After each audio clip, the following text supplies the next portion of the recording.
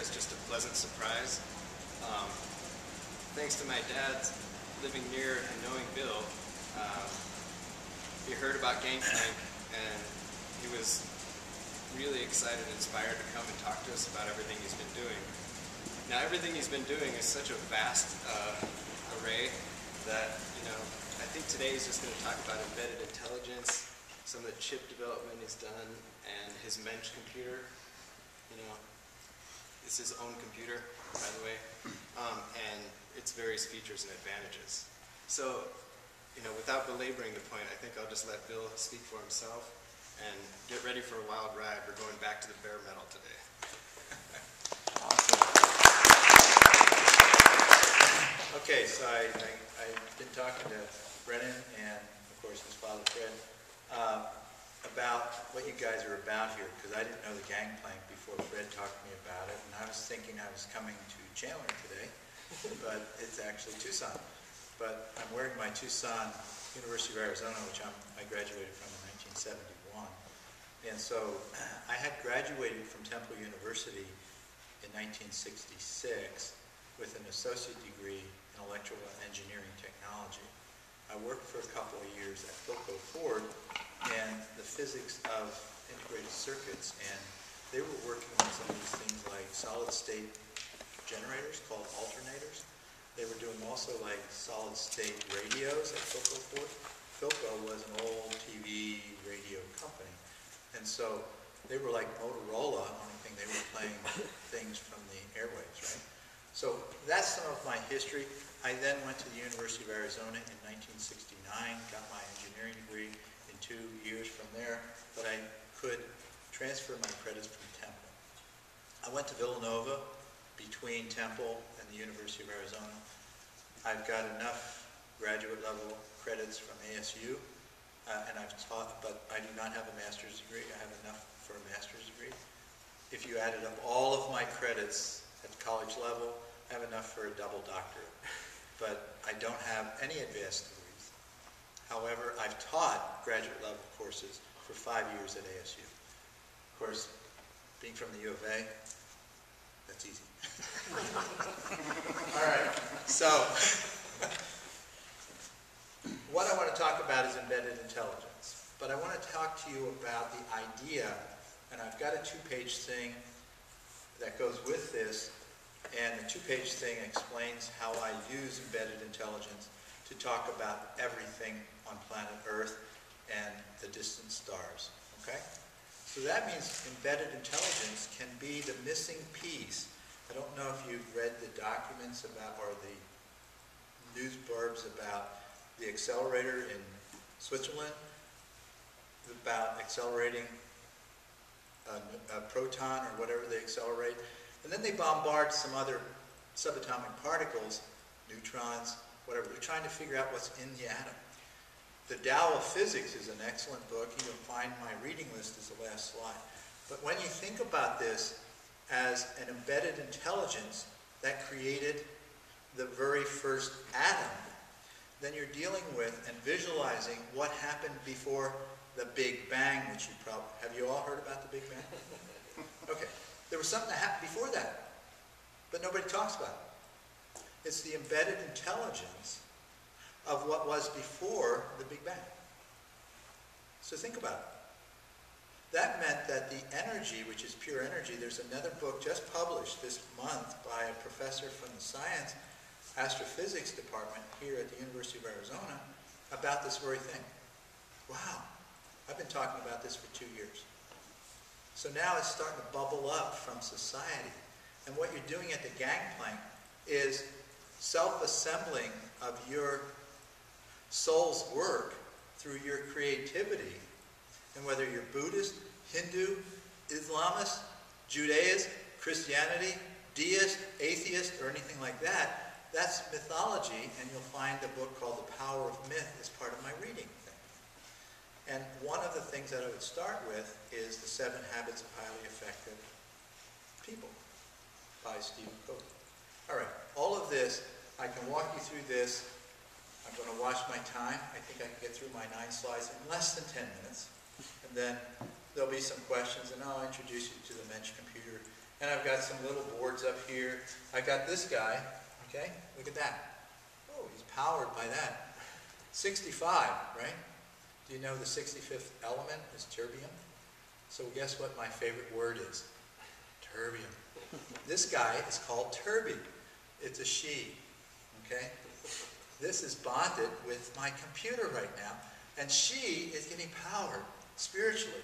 And I can change the spirit of this device right here to be any of my chips. Any of my chips ever. I brought some schematics, and while I'm talking, why don't we just pass them around so you can see the schematics. This one is an ACIA. This is the beginning of asynchronous communications. This is a legendary part you may never heard of. It's the peripheral interface adapter. I left a few things off of this thing because I was in the process of redoing some buffers on it. But that particular part was what set Motorola apart from Intel at the beginning of microprocessing. Peripheral interface adapter. It was used in the Apple I. It was used in many other things. It was used with the Intel processor, the 8080, because it's bit programmable. Okay, so let's go through this slide. So this is about embedded intelligence. The top of the slide is natural.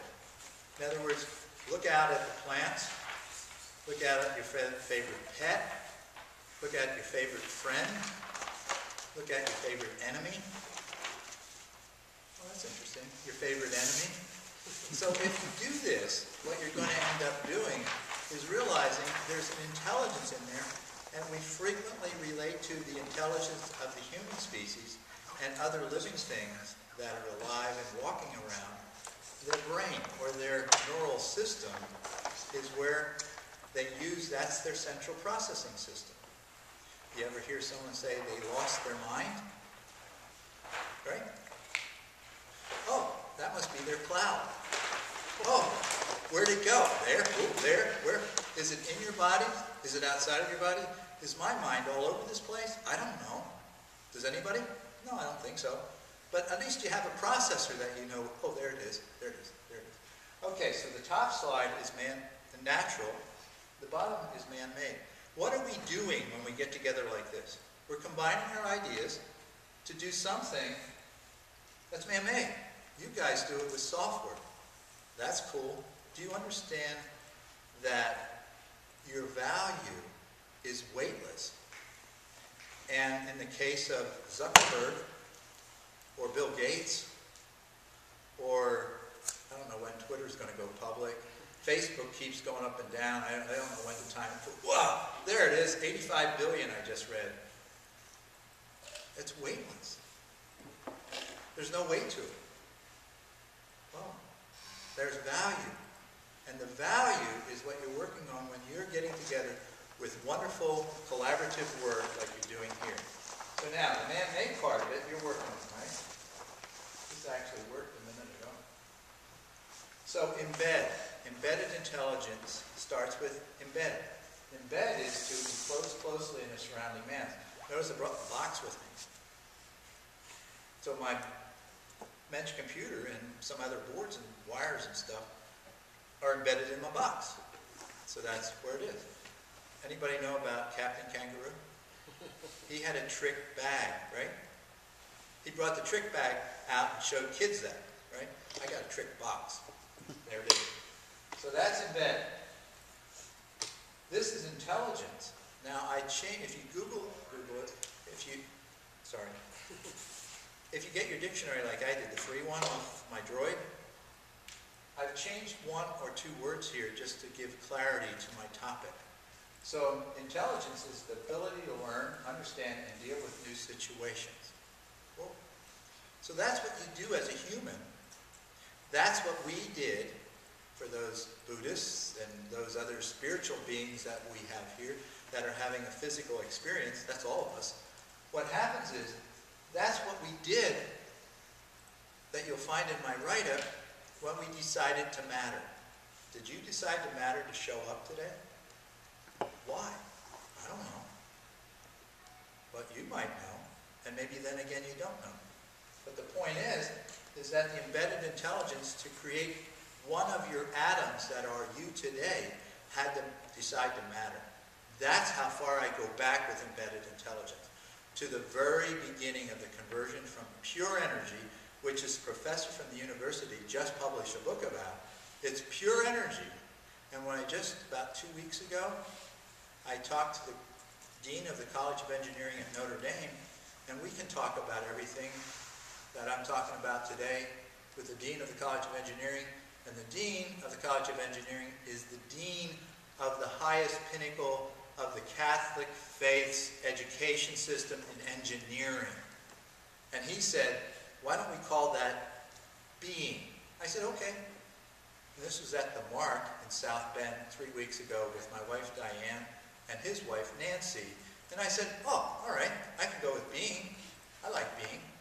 But if you want to call it another name, you can do that. I'm just using energy because it's another one of those mysteries that we don't know anything about. But we can talk about that because it kind of the guy, Scott Peck, said if you can name it, you have a certain power over it. Or if you can name it, you have a certain understanding about it. And we'll use letters today, but you'll see in my talk, when words don't do it, numbers do. And that's what Einstein said. Unless you can replace a philosophy with a theory that then is proven by someone else, and you put numbers to it, E equals mc squared, but you have to put E is the energy, m is the mass, and the square of the speed of light. I still don't know where he got that, but the point is, that indicates that there's a lot of energy in a mass, and just to relate to it, one raisin has enough energy in it, if you were to convert it from mass to all energy, enough to power New York City for a day in one raisin. Okay, that's interesting, isn't it? Yeah, that's about embedded intelligence. Okay, the ability to learn, understand, and deal with new situations, that's what we had to do in order for us to matter. And we're still mattering today. All right? So now I show you something about STEM. Doesn't everybody like STEM? Isn't that interesting? How long has STEM been in our vocabulary? This way. Science, technology, engineering, and math. Why did that become important? You go, because of the top one. Probably have a light here. Oh, maybe there. Anyhow, the point is that the stem cell is what made STEM interesting. Isn't that interesting? Because nature is our teacher. Ooh. Ooh. Ooh. So what are we doing when we have one of these in our pocket?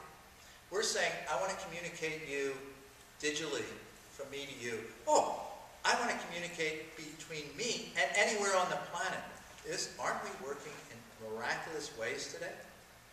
And your software and what you're doing is what empowers me to be able to say to you today, I can send a message out to anyone that has this or a different thing, maybe even an iPhone. Whoa, this is a Droid. Why would I talk about iPhone? Because Apple started with my technology.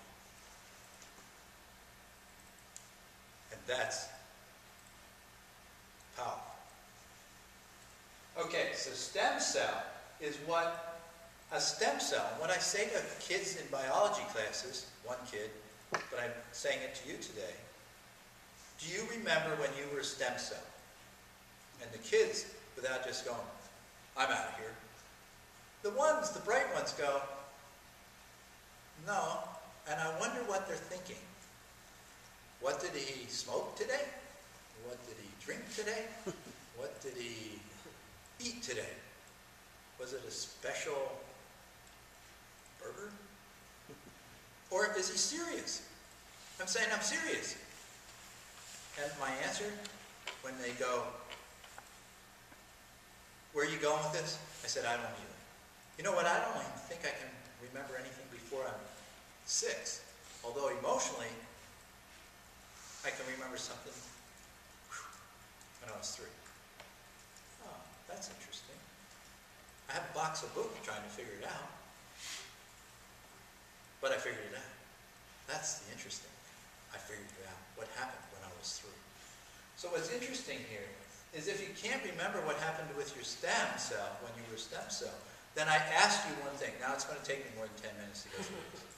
What happens when you look at this way, the next question is, if you don't remember what you were when you were a stem cell, is it possible that you got some information on the way to being who you are today without your knowledge, without you really tuning into what happened? And the kid would say, yeah, this one kid said, yeah. I said, oh, what did you study in biology? DNA. I said, oh, DNA. That's the program of your stem cell, right? Yeah. Okay. So in other words, you have a microprocessor. Whoa. You have a processor in your DNA, but that's an equation, like your software that you're writing. Oh, that's the software of your cell, of your stem cell. But I'm asking you a different question. Did your stem cell get more information to create the stem cell for your heart, your ears, your eyes? Fred and I are working on getting new eyes. Fred got his already. I'm working. I just have one good eye here. This one is still the bad eye because it lost its program. But I found a doctor through Fred that said, hey, I can replace that non-functioning lens with a new lens. I'll cut it out with what? Ultrasound. Ultrasound, which looks like light when he's doing it to you, removing your lens and putting a new one in. And so, I don't know if mine's plastic or glass or what it is. But now, what happens here is all of this is about embedded intelligence. So if on the way to being you, and the kid said, oh, I don't know, I think DNA has it all. I said, okay, so why are you in class anyway? To get information from somebody. Maybe your teacher's helping you find information. But why do you need that today when you have PCs, right? Right? I mean, you don't. But you're here because of your social connectivity, and you want to know that you got a certificate that says you spent your time in the classroom. Oh, okay. Why are you guys here today? Why does the Gangplank even exist? Because of the social, what do you call it? Social capital. And so there's a social capital thing going on. Well, that's magical. That's absolutely magical. And that is absolutely what I'm talking about. So now, let's move on. So now we have a heart pacemaker cell. Now, everything in here has been replaced using my microprocessor. I took my microprocessor out of it, but I'm telling you this, and I can do this without saying it's my microprocessor. There are millions of people that are standing up doing what they always did because of my microprocessor. The same one that was used in the Apple II, the same one in the Commodore 64, the same one in the Atari, the same one in the Nintendo, the same one in the Beat, the same one in a lot of other processors. It also powers people. Because when your pacemaker cell stops working because it lost its program, guess what, guys? Little software in my microprocessor, we're back going full speed ahead. I've talked to 3 people that had pacemakers, and I said, do you know who the supplier was of it? No, the one I said in Durango, Rob Blair, the head of Mountain Studies Institute. He says, no, at Christina's. I said, you don't? Okay, well, if you had a St. Jude's, then you're powered by my microprocessor. And he goes, oh, you know what? I do. I said, what do you mean you do? I have a card here. I said, you're a card-carrying defibrillator guy? Yeah, I didn't know this. He pulls out a card, St. Jude Medical. My uncle, who's 94 or 5, he just got a defibrillator, pacemaker, St. Jude. I said, what's his name?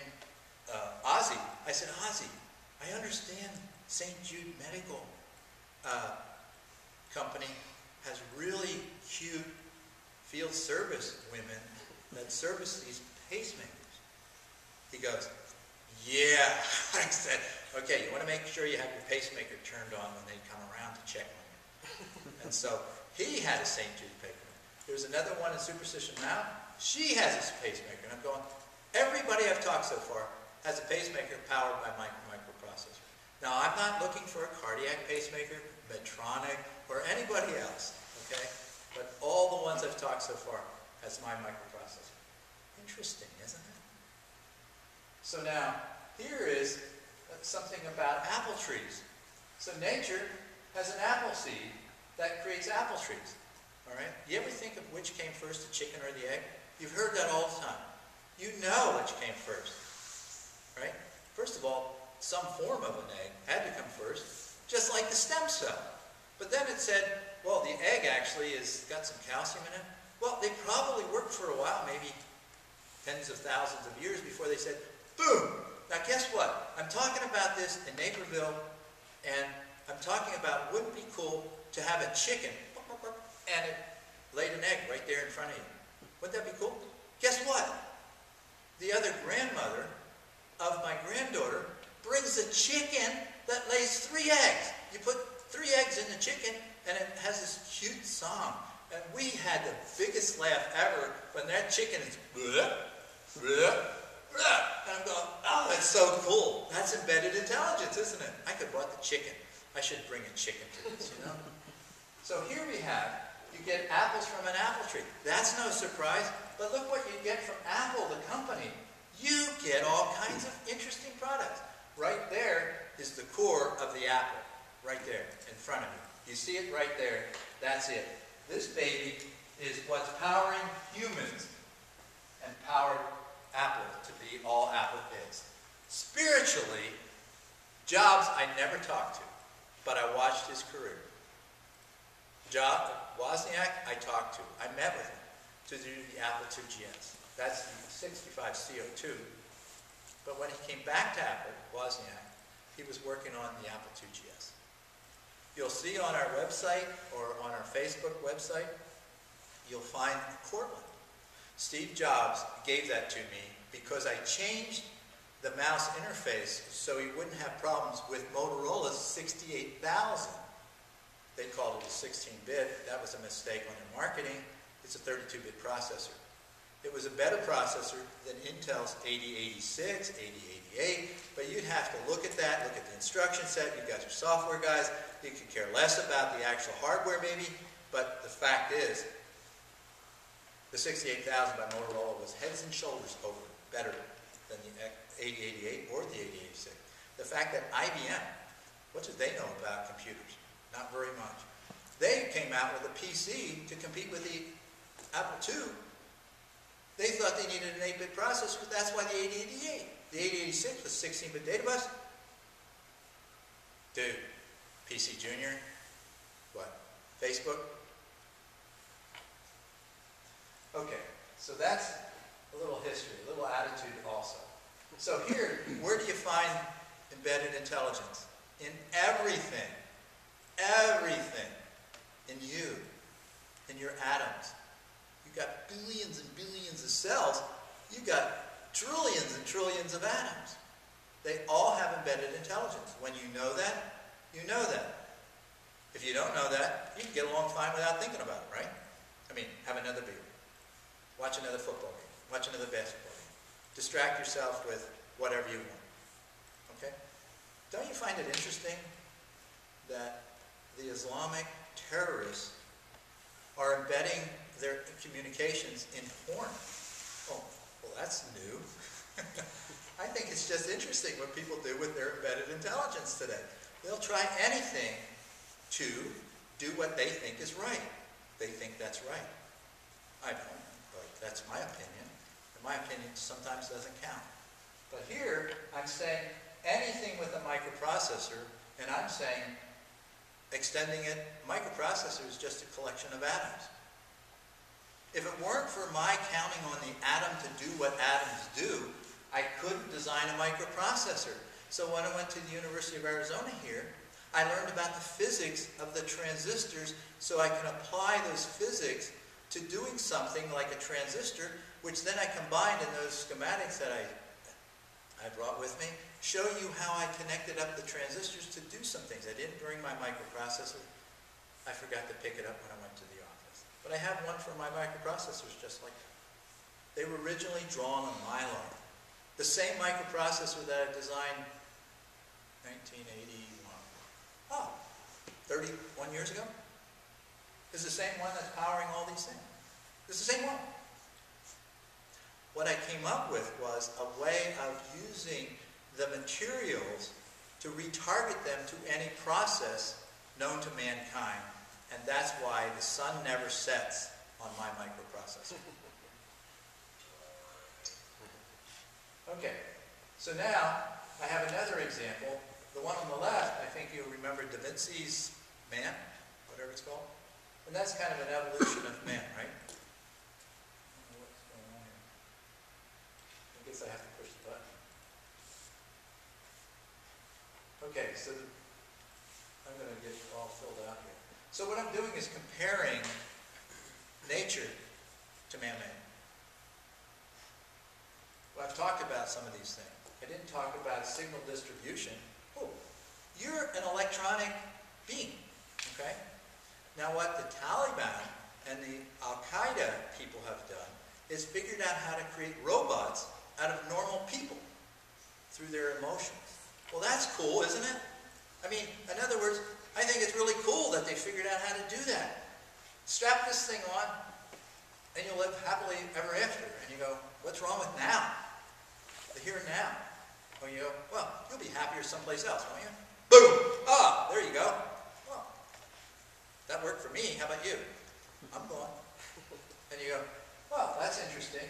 So in other words, because we're electronic beings, we relate to electronic systems. That's why you can program these things. You go, hey, when I program it this way, I don't have to deal with her drama.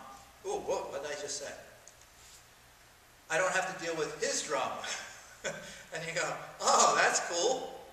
Well, these things don't talk back unless you want them to talk back, right? Like this guy every once in a while makes a noise in my pocket. I know how to shut him off, I just didn't take the time. Nobody's going to call me, and if they call me, that's their problem. So I'm comparing them. But notice there's something else here. Look at the last line. Mysteries. Dude, we don't know how these things work. Okay, we need some more software, don't we?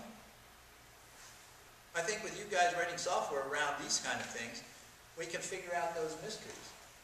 So now, if you want to build a company, I'm saying think about the embedded intelligence, and what I did to build my company was to think about how I could help more people find happiness. That's it. That's the simplest way, and that will make you a Zuckerberg, that'll make you a Bill Gates, or if you want to stay where you are, that's called a Bill Mensch. Whoa! Whoa! That's interesting, isn't it? Wow. So what's that last, well, wait a minute, do I have another thing? There it is. Mysteries. That's what Einstein was working on. You know what Einstein is? One beer. One, Stein. That's what you do in Munich. You drink beer out of a stein. Einstein. I'll have another Einstein. I've done that. Okay? That's cool. But what he was working on is the general theory of relativity, which is combining gravity with electromagnetism. Is that cool or what? And then he said, you know when that photon goes past the sun, I think it's going to bend. And guess what? He had to wait 3 years for some dude that says, I can figure that out, but I have to wait for the eclipse. And then, I don't know how they do these things back then, 80 years ago? Dude, how'd they do it 80 years ago? I don't know. That's amazing, isn't it? And then everybody says, yep, he proved it. And I'm thinking, where's the Pope? Where's the Pope? Where's the Dalai Lama? He was here in town, wasn't he? Dude, you can get there. Guess why? That's the Tao of physics. I'm back to that book, aren't I? And you go, yeah, those got there through mysticism. Can you do that? Guess what my operations manual is called? That my daughter put together for me.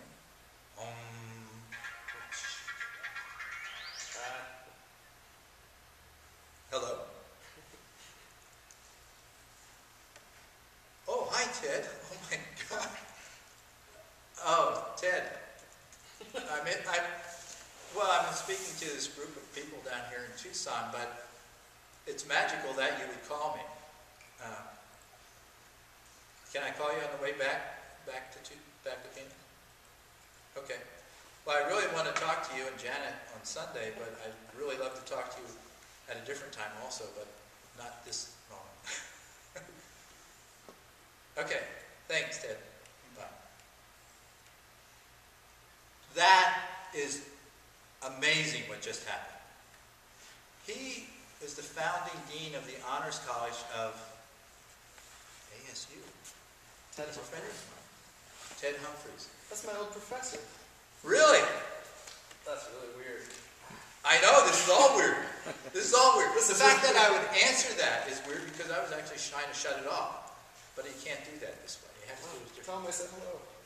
I'll do it. We're gonna have, he's writing a trilogy of the nation builders of Central and South America. For the first time, he's translating the nation builder philosophers. And so, I want to talk to him about philosophy, which is City Hall at the, I think it's Market and Broad Street in Philadelphia. He was a cool dude. He said, you guys, I can't figure it out. I don't really want to get there. The King of England gave me this Pennsylvania, and I don't really, maybe visited, but dude, just do what you want. So Ben Franklin went from Boston, where his father wanted him to be a Puritan, which was Harvard. Harvard used to be a Puritan. It was founded by the Puritans. Well, that's cool. Who founded the University of Pennsylvania? They both share ideas as Ivy League guy. Ben Franklin, the Academy of Philadelphia. Whoa, this is about creating a world that didn't work across Atlantic Ocean. We'll bring what we want, we'll bring them all. Ellis Island. I call the Western Design Center, fondly, lovingly, the Ellis Island of the electronics industry. That's powerful. That's very powerful. My business manager was the last distribution manager of the Durango Herald, an old 100-year-old news family has that. He was a distribution manager. Do you remember what Steve Jobs said to John Scully? Do you want to continue to sell sugared water or real products? So John Scully was working at PepsiCo. Well, that's an interesting comment. Sugared water. So I said to Dave, my business development, do you want to keep selling those newspapers? Printed? The only difference between a newspaper and my chips is just a little different printing. But the same thing, just a little different technology. Boy, I'll tell you, the day that he said yes, that's changed my life. 1 year, 13 months ago. Power of myth. Learn your myth. You don't have to change your myth. If you're Buddhist, Jewish, Hindu, atheist, Christian, or any of the other ones, if you're indigenous, by all means, hold on to that one. Did you know they're trying to popularize indigenous languages? Whoa, must have something to do with software. Anyhow, the point is, the power of myth is know your myth and enjoy your myth. I'm not trying to talk you out of your myth. And learn why we have myths to begin with, okay? From that book, you can learn about myths. I can say it's a hit or myth thing, okay? That's another one of those little phrases. I also say that if you have feelings, and my first book I bought 17 years ago was from Bookman's. I think it's your store on Speedway. But anyhow, what was the book? The Language of Feelings.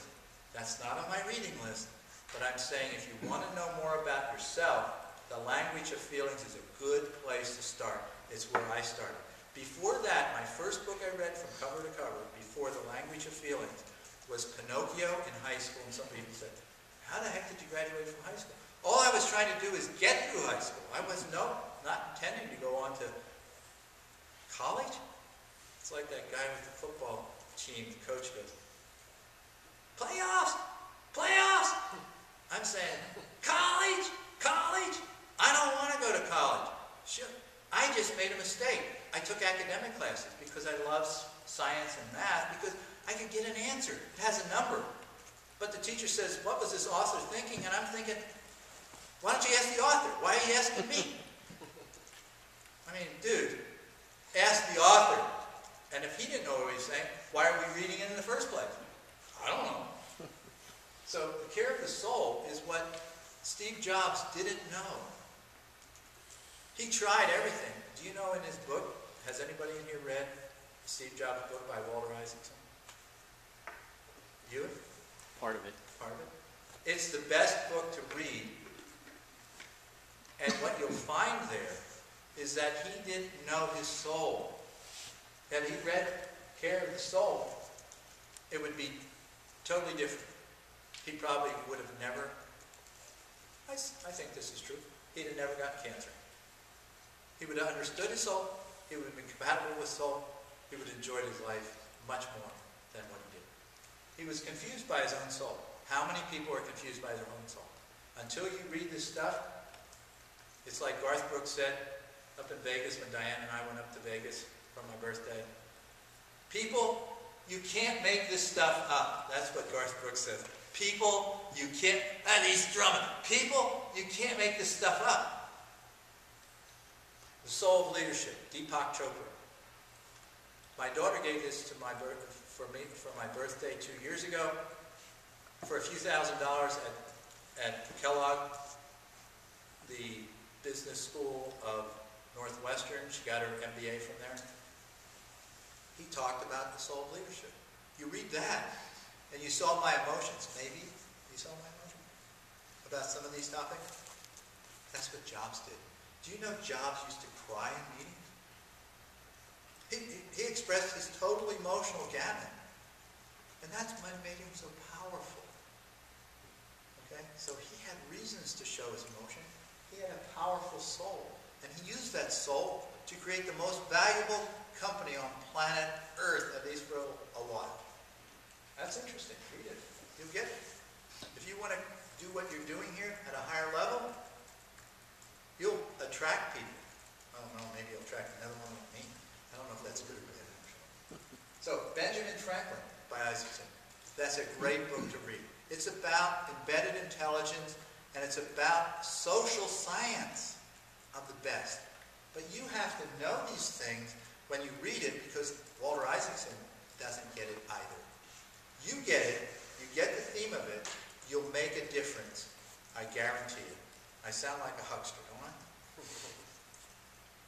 This one, Stephen Jobs, I just talked about that. Awesome, awesome book.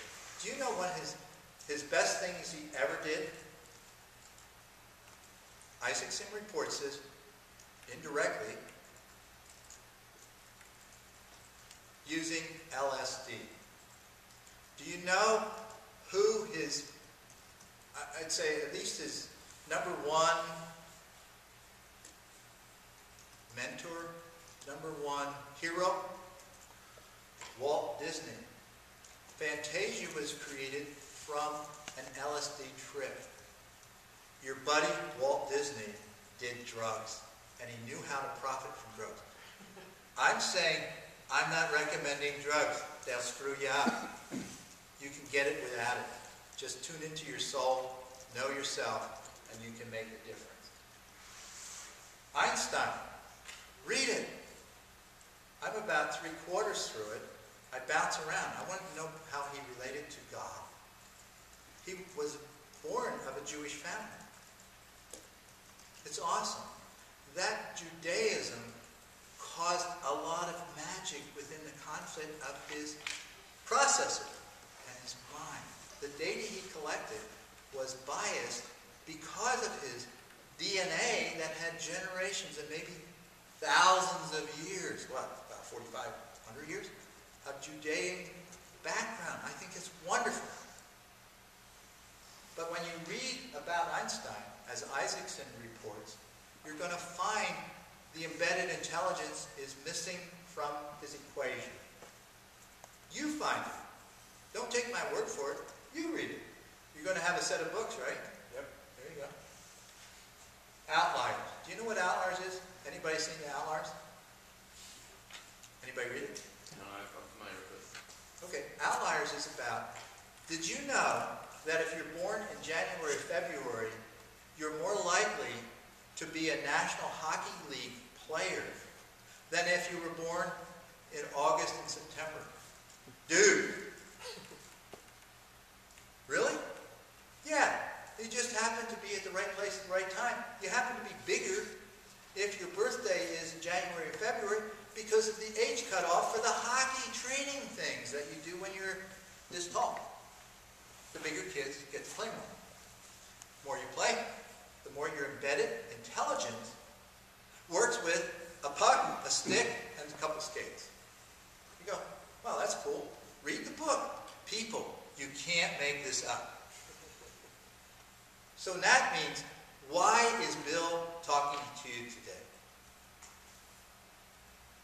It's because I took this circuitous route to get to be an engineer. The magic of my very poor choice, when my nephew, who is a wrestler for West Point right now, Daniel Young, and his brother, Paul Young, who's assistant wrestling coach, asked me to be his mentor, I said, Daniel, dude, you're at West Point. I couldn't get to West Point, furthermore. I didn't want to. But the point is, how about you be my mentor? You know how to do things I can't imagine doing. And you're going to go off to war. We're going to still do that? I guess the magic is there somehow. I don't know. But Daniel says, I said, well, Daniel, I have something to tell you. I'm like the pinball. Boom, hit a wall. Boom, hit another wall. Boom, up there. Boom, down there. You don't want to do this. I mean, don't follow me. Anything I tell you,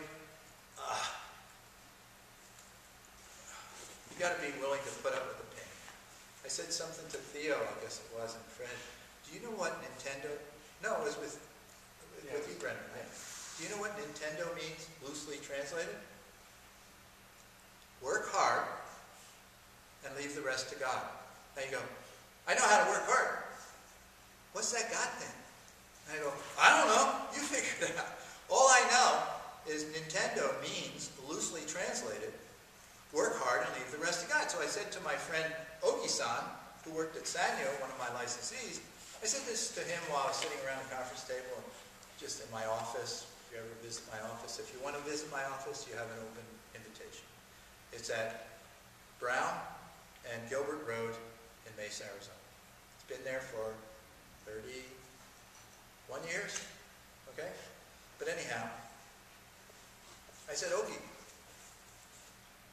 Nintendo means loosely translated, work hard and leave the rest to God.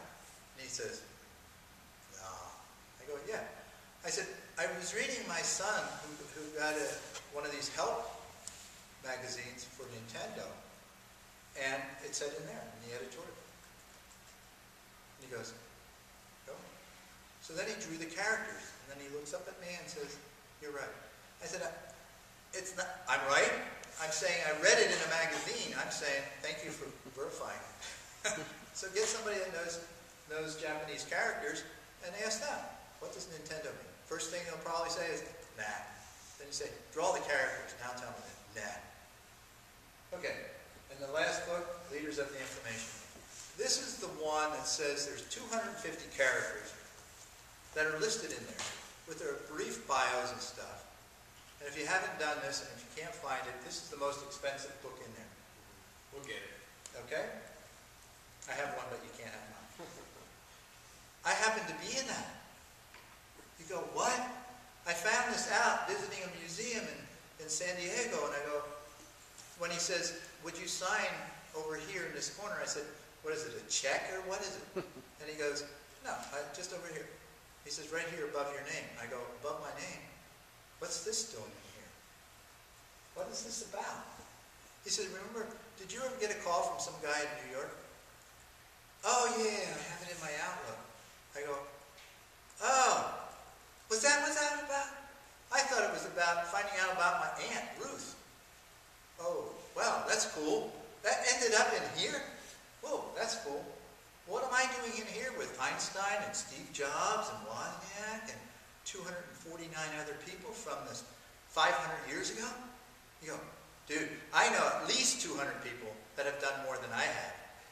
And so, I think you made a mistake. is finished. It's published. I'm in the book. And you go, I can't get my mind around that. 5 centuries? Are you guys shitting me? I don't understand. That's the deal. That's the outliers thing. What happened was, because of my circuitous route, I show up at Motorola, and I was doing spreadsheets for the marketing department because they wanted to put a proposal together for IBM. It was 7 pages of number, and I go, you know, Kathy is really cute, and there's something going on with our energy, and she's married, and she's so cute, and she's Austin Scale. But I don't think she can type very well, but I couldn't say that. That was when we had secretaries. And so I said, can you get me a silent 700? And in Fortran, I wrote a spreadsheet. So I said, okay, the learning curve, the volumes, and all this 7 years, and all this stuff. Here are 7 pages of numbers. And I did this in about 48 hours because it's simple. Right, guys? Right? If you wanted to take an equation and put it in your computer using Fortran, that's what it was designed for. You know they use Fortran for these theoretical astrophysicists? Because it works better? Fortran? You go, Fortran? Playoffs! Playoffs! Fortran. And you go, Fortran? Yeah. And so you go, oh, so all I did was type this up because I had already done something nobody else did at Motorola. I simulated, and while I'm watching football, every once in a while a line of data would come out. I was watching ions being diffused into a semiconductor, or silicon, creating the semiconductor of transistors in the corners, and the breakdown voltages, and the resistive. So I go all the way to the atoms, all the way to the systems, and there is the system. I'm the tall, thin guy that Carver Mead, if you've never heard about it. Feet in the sand, feet in the atoms, head in the systems. Dude, I'm looking for programmers that want to program the steel, the iron. That means that you want to speak the language of the technology. You speak the language of the technology. It means you don't have to have gigahertz processors. A megahertz processor can get a character from me to you. A megahertz processor, dude. And you go, what is all this other? It's how Bill Gates, Intel, Motorola is part of Google, Zuckerberg, how they make money. That's a good thing. I take my extra cash and I let somebody figure out homes for it, and hopefully it grows. I know how to buy high and sell low. I'm trying to figure out how to buy low and sell high. And so you go, yeah, boy, my first trade, first time I pushed the button, September 10, 2001. The trade towers came down, and I go, what? Oh my God, that's a bad time to trade. And you go, people, you cannot make this up. That's factual. And so I'm really bad at investing because my embedded intelligence and my soul is connected into creativity. So that's my story. This is my microprocessor, or my system. And I wanted to, if you want to come up here and you have some more time, I think our hour's up. Is that right? Yeah. But this is the motherboard, okay? So the motherboard, that drawing that you saw on that one slide is the motherboard of this. I think I'm out of slides, I think. Yep. There you go. So this is the motherboard. There's a company, now this is going to go out on the airwaves, this thing? Yeah, Uh-oh. on the YouTubes. Uh-oh, I can't tell some of the things I was going to say. We could turn it off. Well, that's okay. I won't tell the names, but there's a company in Minnesota. Hi, Gabe. I'm not going to... Oh, sorry. We can edit that out. That wants me to reintroduce this. He wanted to buy one of these. I've sold 5 in 20 years. Now that, anybody in marketing? Theo? No. Yeah? You can help me, Theo. Help me, help me. I still have 25 left. And so, he asked me, I can't find a Mensch computer on your price list. I write back to him. This is in February, not too long ago. I said, Gabe, That's because it's priceless. It's not only priceless. I only give them away, and I accidentally sold 5 of them. And the first one I sold to Alfred E. Mann, and Mensch means man in German. Alfred E. Mann, Google it. Folks, you can't make this stuff up. He bought it. He is the one that used my technology to create Siemens, the big, powerful computer company of Germany. That's interesting. He created the pacemakers and defibrillators that St. Jude acquired when they acquired my licensees without my knowledge. And I didn't figure it out until years later. Oh, St. Jude. That's interesting. Oh, who all did they buy? Oh, but there's one left. That's what I was talking about. ELA Medical, part of L'Oreal Pharmaceuticals, now was then acquired by SNIA of Italy, and then somehow, I don't know how these things work, is acquired by the Sorin group. I don't know what that means, but we're working with them to make sure that my company is indemnified, because if someone dies, they go through the food chain and say, who's got the deep pockets? Oh, Bill's still got some money left. Let's go after him. So this is part of my licensing plan. I want to keep these, but I still want to help people live a life they chose. And if their heart stops working, I think we got the data. The body dies. And so, dude, if I can keep the heart going, maybe the body doesn't go away. And I still don't know what's going to happen next, right? But some of these people, like the Dalai Lama, might know what's going to happen now. And I'm saying, let's get a software package that automates that so we all know. Not just a couple of savants, or whatever you call them, or people that know, people that create these myths. There's been a few dudes that did that. Okay? Are you with me? So therefore, this thing right here, this company wants to popularize this, because guess what? Atari went away, Apple went away, 8-bit, Apple went away. That's too bad. The Beeb, do you know what the Beeb is? Anybody know what the Beeb is? No? I've heard it's a name for the BBC, but I don't think Yeah, you're on the right track. Anybody hear of the British Empire?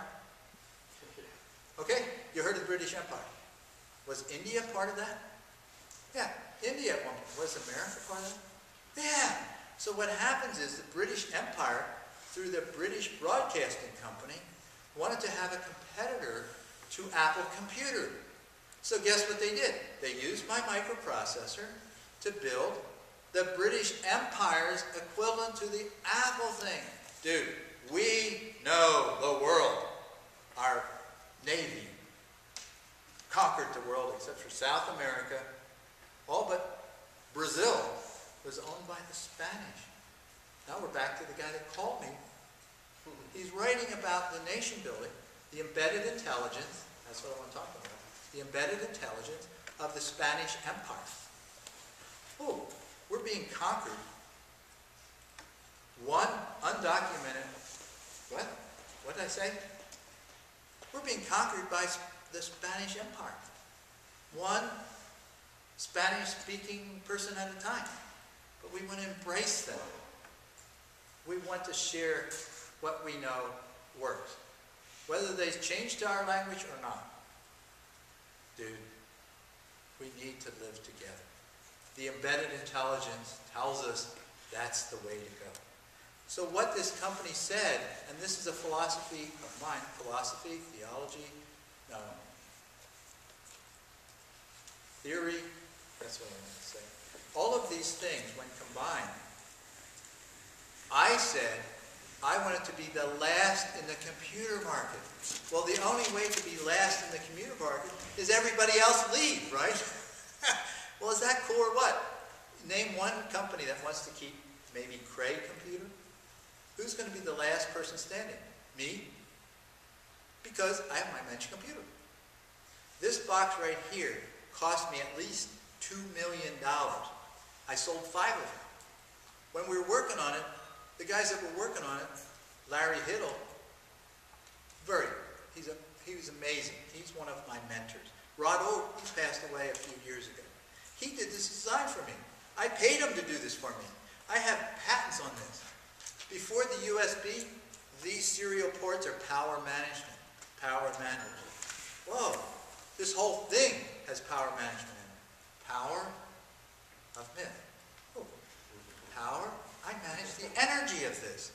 Dude, think about it. I'm managing the energy of this system. And I knew what I was doing at the time. You take 100 milliamps at 5 volts and multiply it by 1 billion or 1 trillion, you get a big number. It starts out small, but because everybody wants this, and maybe not 7 billion of us, but a few billion, ask Facebook, ask Google how many people are on the planet. It changes every day. Oh, it was 7 billion, now it's 9 billion. It's going to be 10 billion? Is it 5 billion? How do they count them? People, you can't make this up. They're guessing. I don't know how many people there are. Did you know there are tribes? There are people that are living indigenously in Brazil that have never seen another human. Can you imagine that picture that was taken? Did you see it? Picture of these people down there looking up at something, maybe a helicopter. You go, what's that, guys? That's God coming. You go, what? I don't know what it is, but that thing is doing something we don't know how to do. Well, what's interesting is the indigenous have a message for us, and why lose them? It's just like every species on the planet, okay? Has a message for us. You guys can keep track of them with your software. Okay, so what's about this? The last man standing with a computer is me. But more importantly, the last man standing with an 8-bit computer is for sure me. Because who in their right mind would make this from an 8-bit computer? Huh? We can't do that, folks. We have to have Gorilla Glass on it. We have to do things with our fingers rather than with our mice. We have to evolve how we interface with one another through something like this. And it's not good enough just to have text. You have to have sound. You have to have, ready for the other senses? Smell, taste. Ah, that tastes good. All right. So all the senses work. And what did Marie Montessori say when she started her Montessori schools? The more senses you involve, the more you learn. Well, that's cool. So all of this comes back to, this is what I do for a living, but it's really the microprocessing elements, I/O, interfacing to things. This thing right here that I showed you earlier, this is where it's going, folks. Anything I put on here, I can make into a $1 chip. So if you have something you want to do, I can convert it to a $1 chip. It doesn't take a $1,000 chip like Intel would have. It doesn't take these other things. That's about making money. Remember my stockbroker? That's what we invest in. Mutual funds. Everyone has it in it. I'm starting to migrate away from mutual funds because I'm thinking, why don't you buy low and sell high? And so my guys, he went from working with my little chips to APS, the nuclear power plant. He wants to retire in 4 years because he's figured out something took him 5 years to do, and that is how to buy low and sell high. Well, cool. So he's looking for sine wave stop performance. Does it matter what it is? It could be automatic weapons. But if it does this, oh, it's bad to have automatic weapons. Okay, boom. Good time to sell up here, right? Wait till it goes down here. They changed their mind. Oh, weapons are good. Boom. I make money on the way up. I'm not selling short, so I make money on the way down and the way up, but I think it's just software, right? It's figuring out this. So you're looking for sine wave. So in here, that thing is about software keeping track of things. That's why we had the big recession. What was it called? The Great Recession? It's because the computers took over. Now, did you ever think about, you've been working on your PC there, right? Okay, and so are you, right? Did you ever think The machines are actually in control today. Did you ever think you're working for the machine? Actually, think about it. Unless you're drinking a beer, the machine's got you this way. But you don't know that because you haven't thought about it. So you go, well, yeah, but I can make money if I figure this out, right? If I figure it out. You just were given the keys to the kingdom. If you know it, you know it. If you don't, you don't. My whole thing, my whole career was helping other people do what they want to do. That's why Fred drove us down here today. I want to help you do what you want to do. But you have to figure out what you want to do. And then, this weird guy that talked to you for a little over an hour, does he have anything worthwhile talking about? One of the things I'll share with you, and probably should close on that and listen to your questions if you have any. You get a good idea, right? Zuckerberg. Let's go with him. He's a cool character. Although I wouldn't want to be him. I wouldn't want to be Bill Gates. The guys that I'd probably like to be, I call them the twins of Google. One came through Maryland to Stanford. One came from Michigan to Stanford. Larry Page came from Michigan to Stanford. Got together. Nobody wanted the search algorithms. They couldn't sell it. I don't know if I talked to her, Kathy Yu or something like that, technology transfer person for Stanford. And what happens is, she said, nobody wanted it. Nobody wanted what they had. So they said, can you help us set up a business? Yeah, sure. She said, we have a formula. As soon as we can sell the stock, we sell it. She said, you're probably interested. We made $335 million when we sold the stock in Google. If they would have kept it, probably a little more. They didn't. They have a formula. We're out of it. We're on to the next kid or the next professor. At Stanford, they require the professors to leave to start a company. What? But you can't leave for more than 2 years or you lose your professorship. But if you don't leave, you lose your professorship. So you have to figure a way of going away from Stanford, get your setup, and then come back. And if you like to teach kids, if you like to talk to people that are wondering what it's all about, then you come back to the classroom. Then you start them all over again. Well, that's cool. I like that. So those two guys, Sergey Brin, he's from Russia. Oh, that's so cool. Is that cool or what? I think that's amazingly cool. He came from Russia, and he's one of the, what I call, nobody else calls him this, and sorry guys if you see this, the twins of Google. My daughter, Elizabeth Mensch Duncan, is one of your best salespeople, and you know. Okay? So, what are we left with? I'm saying that I was going to say something, but I forgot what I was going to say as a closeout.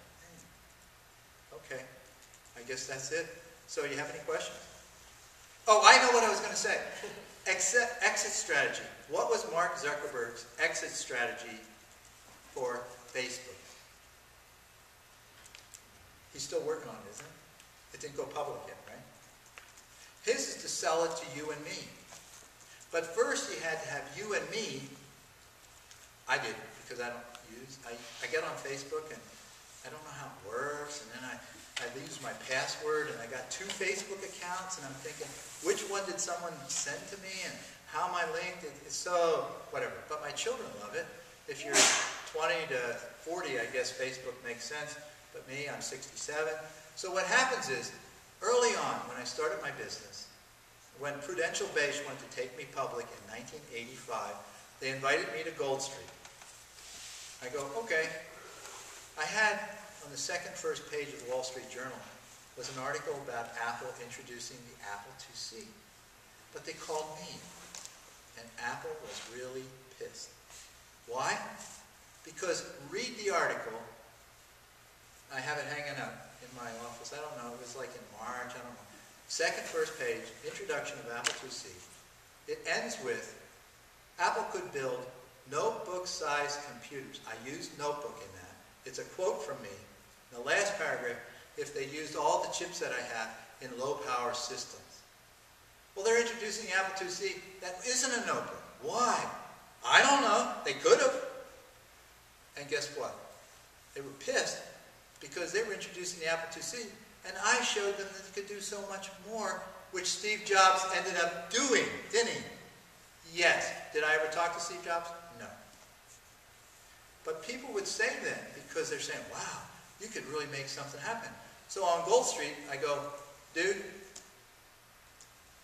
you don't know what I'm doing, and probably I didn't either. And I certainly don't know what you're doing. So you know what? Thank you for the invitation. I'm going back to Arizona. No thank you. I'm not going public. I'm staying ultimately private. I'm the only stockholder ever of my company. So what people would say to me, which is a bizarre statement, you think about it. What's your exit strategy? I'm going, exit strategy? I have a door there, what are you talking about? I walk out the door.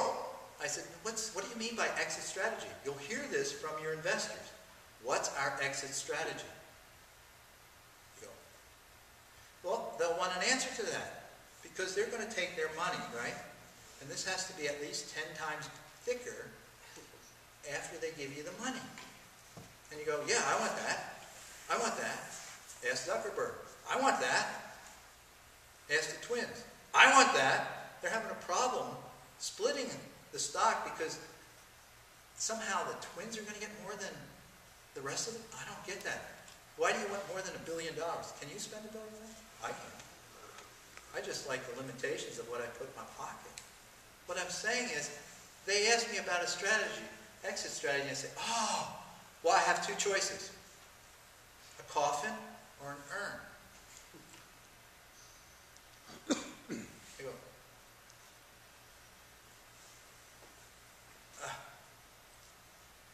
I said, why would I leave something I love? Why would I do that? For this? No. There you go. So, if you have a passion for what you're doing, figure it out. You can figure it out and be you. You don't have to cause problems for yourself like Bill Gates. He's got 50 billion problems. And I don't know if that's growing or shrinking. But I don't want 50 billion problems. I want to be able to talk to you guys. And if I were here and I'm Bill Gates, some guy over here that has $1 billion worth of his stock or whatever saying, what's Bill Gates doing at the gangplank? I mean, do you think you got a customer down there? I go, it's not about customers. It's about empowerment. And when you know that, you know that. Any questions?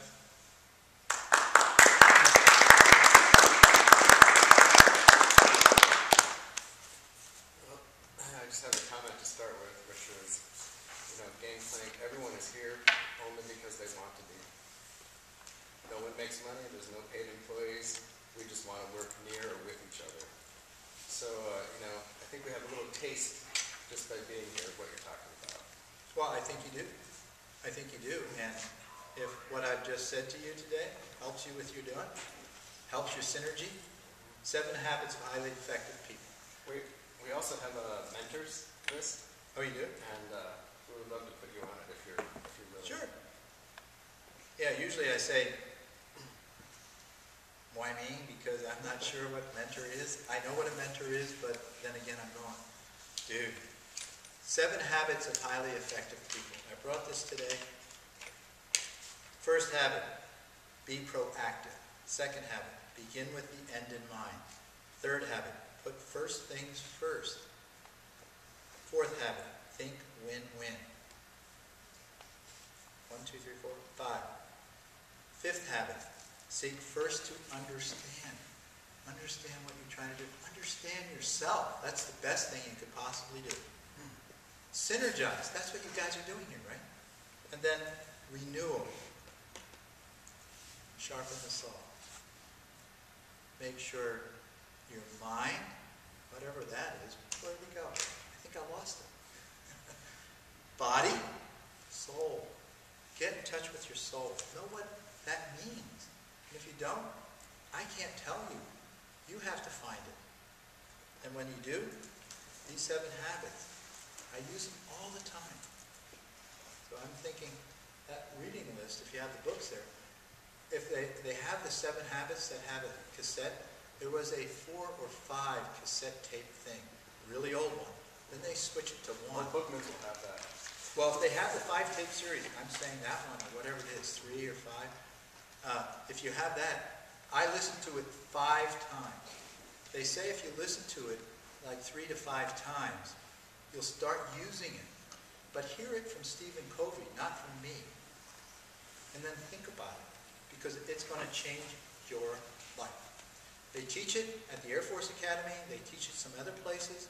Use those 7 habits. You got to win. There's no losing. You got to win. Okay. Another question? No? Had enough, huh? No one wants to, can I have a Mensch computer? Okay, so we're done with the question? What I'm doing, I have 25 of these. At the Vintage Computer Festival in New Jersey this month, I think. Do you know about that? No, I just love the name. Vintage Computer Festival? Computer Festival. Yeah, so there's a bunch of these 6502 systems are going to be there. Vintage, you know, vintage. I get spammed by the vintage computer thing. And I don't know how I got on the list. Somebody must have tagged me or something. I don't even know how that tagging stuff works. But anyhow, they're going to have one of these on display there. And so what I'm doing right now, I'm inviting you to think about this. If you want one of these here, give it a place of honor. I want to be able to, because this has built into it, a digital message center. Dude, guess what that screen? I think it's 240 characters. This is before Twitter. This is before Twitter. What's that, 160? Look at how much more information you get on a Mensch computer. It's got 240 characters. I mean, Twitter is obsolete, isn't it? Okay. All you can do for the printer, I've got the printer in the box, it's a credit verification thing because it was the only serial printer we really could count on other than an Apple printer. But I wanted something small. And so the only thing you do with the printer, it prints screen. It's printing what's on the screen. And so you go, oh, okay, little software on here. I could send this, I could put one in my mother's house. She's 93. I could put it in my mother's house and say, hi, Mom, I love you. And it prints it out. So you don't even have to do anything. It's on a landline. You go, that's the back roads. You know about the superhighway? That's the back roads.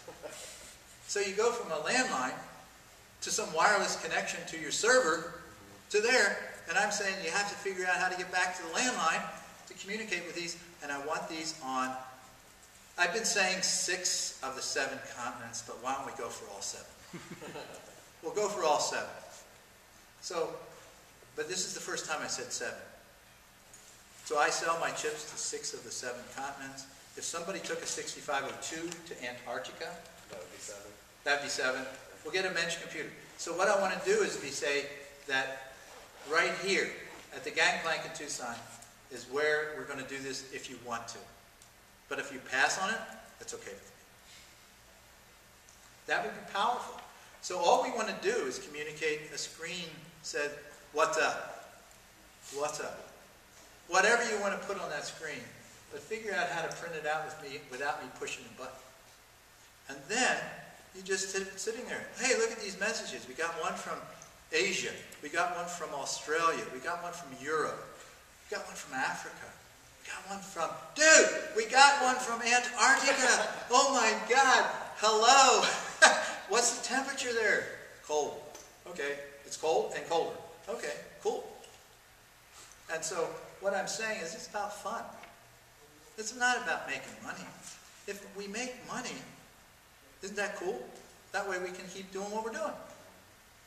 So that's where I am. So Brendan, I'll hear from you whether you want one. Then I got to take this back because I think they took one out of my museum. The printer's out of my museum, and so oh, I've got all this stuff on the top here, so I can't show you that. Now we're talking about technology. This is how you program this. Wow, that's low power. That's a display. This is not mine. This is somebody else's. This is from, I think, Silicon Blue, which was acquired by Microsemi. Oh, that's on semi. Is that on semiconductor? Anyhow, it's maybe in Phoenix. This right here is cool. This is a Core Commander. Wow, that's got amazing technology. This is not mine. This right here is what you plug in. This is a logic analyzer, USB. You plug it into Turby. You can figure out what's going on inside that. Turby is a lab on the board that can plug into your notebook. You know, I was going to come in here like this today and say, well, I don't want to disconnect it. I was going to bring it in here and hold it like this and say, hey, did anybody see my lab anywhere? This is my lab. And you go, really? All of my processors can run right on there. I change the energy. Sounds like a Buddhist thing to do, doesn't it? I can change the energy of that device and it becomes, voila, a programmable microcontroller unit. So I could go on and on and on. My wife says, Bill goes on and on and on. So we wrap it up, and if you want to come up, and I've got some business cards. Oh, I also have some brochures. If you want a Mensch computer brochure, I've got some up here. You've got one business card. I've got some in this box. So we'll close this up. Yeah. Thank you, Dan.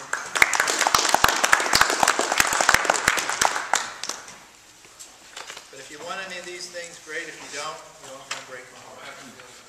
You were watching. Yeah.